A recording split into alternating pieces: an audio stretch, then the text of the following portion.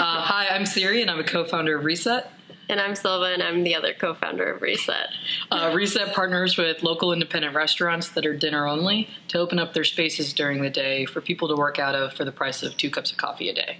Yeah, so people like freelancers, remote workers, creatives, basically anyone who's working from home or a coffee shop that needs a better space. We consider ourselves like a white glove service. So you come in and you're paying half the price of what you would pay a traditional co-working space, but you're getting all the basic amenities that you need with a higher touch of customer service.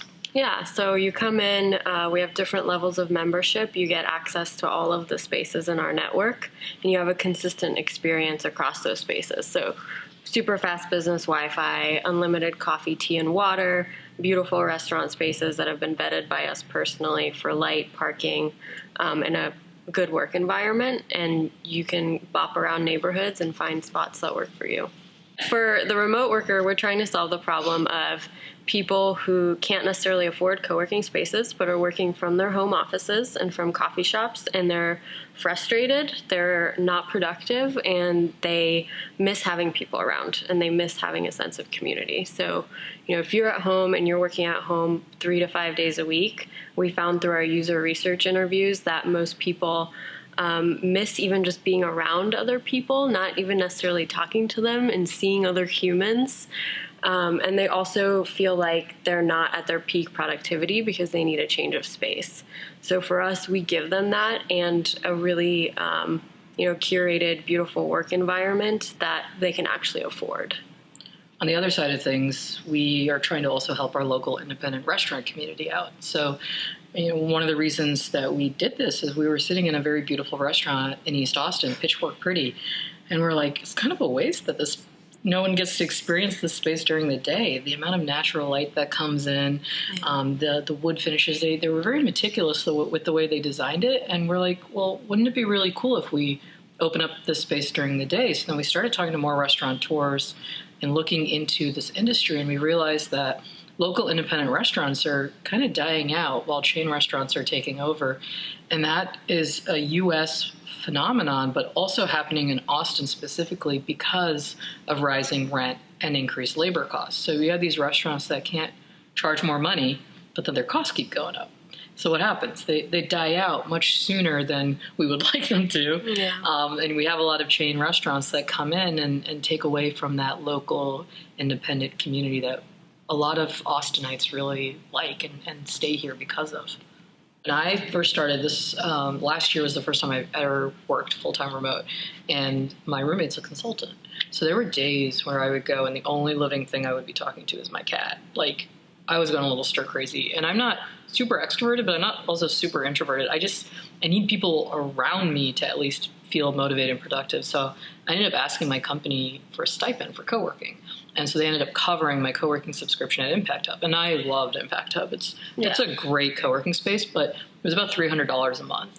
And when I switched jobs to another remote job, that stipend left. And I could not justify that because it was the same as my car payment.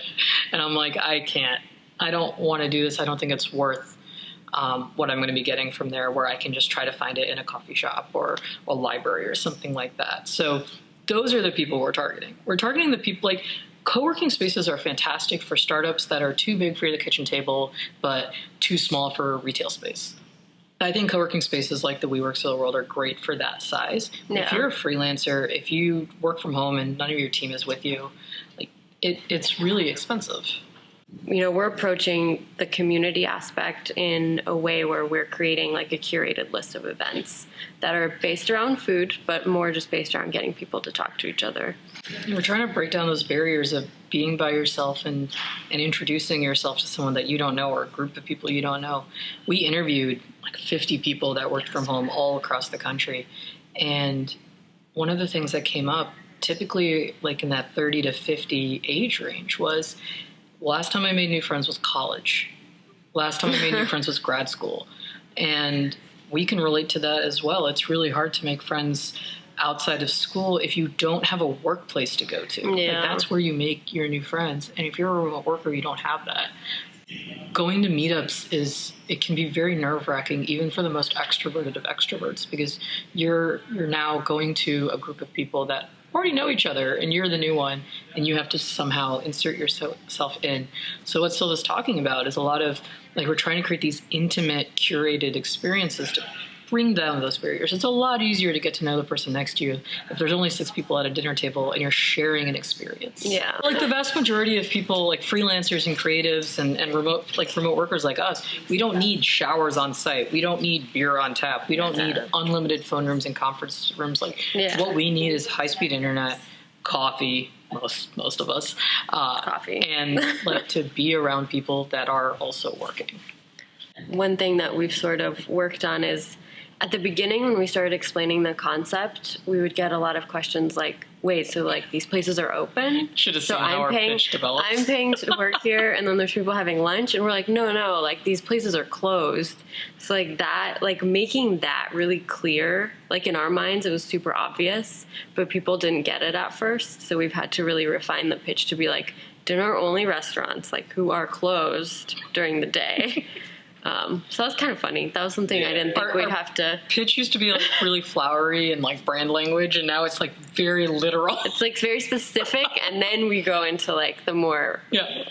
And then it's like, oh, like it clicks like with it makes the sense. customer. Yeah. Because you can tell when something doesn't. Like you can tell when someone's like, yeah. I think for me personally, I like knew a lot of startup founders, and for some reason, for like in my early 20s, I was like, oh yeah, like they can do this because, you know, they have like this degree and they have this experience and they have this, and like I don't have that. And like slowly I started realizing like that doesn't matter that much. Like I could totally do this. Like it's not necessarily like these things they have on their resume that make them fit to be an entrepreneur. It's more that, you know, they saw an opportunity, or like they literally work all the time and they've dedicated themselves to that. It's not, you know, I think it's easy sometimes when you're younger to count yourself out because of like line items on a resume or something. So I would say don't. Like, have the confidence in yourself and believe that you can do it, because you probably can. And the skills that you need to start something aren't things that you can like easily sum up on a resume. Yeah. And there's a lot of good resources out there to learn that stuff. Yeah, like totally. We're educating ourselves regularly on like how to do little things like bookkeeping, payroll. Like these are things that no one ever talks about, and they're really annoying. Yeah. But I think to your point, it's really easy to be like, okay, I'm doing a startup, I need an app, and then just like be in that mindset. And for us, I think this is perfect because we are like, we're gonna build such a good app now because we've fallen into all these rabbit holes of like, oh, we need to figure out a way to do this and this, and we wouldn't have thought of that if we like went straight to building an app without having like gone through, you know, let's figure out how to do it manually. We originally thought, oh, let's launch with 5 restaurants. And then we're like, okay, let's launch with 3 restaurants because we're bootstrapping. Yeah, let's. And now we're launching with 3 restaurants, but we are staggering it. Yeah. So we're doing a restaurant every 2 weeks, which is going to be, for us, hopefully a way for us to work out the kinks.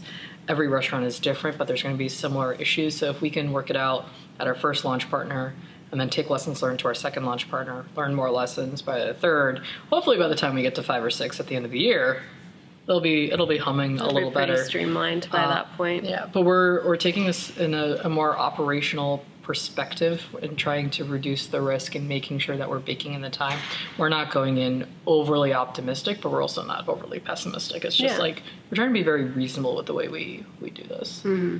We found 3 kind of usage patterns and frequencies that we thought would lend itself well to a pricing model. So we have the ability to buy just a drop-in, like, hey, I'm in town, I just want to check the place out, I need a place to work, I'm going to pay a drop-in fee. We have a 10 pass, which we think most people are going to gravitate towards, because a lot of people said, I like working from home. I like the flexibility of working from home, but I need a place to break up the week 2 to 3 times a week. Kind of like what you said. Yeah, exactly. And we're the same way, honestly. Like, I like working from home too, but I also like to go like Wednesdays and Thursdays out to work someplace else and get a change of scenery and just kind of reset Get it? Reset my location. We can cut that out. No, I like it. Keep And then it in. we, Very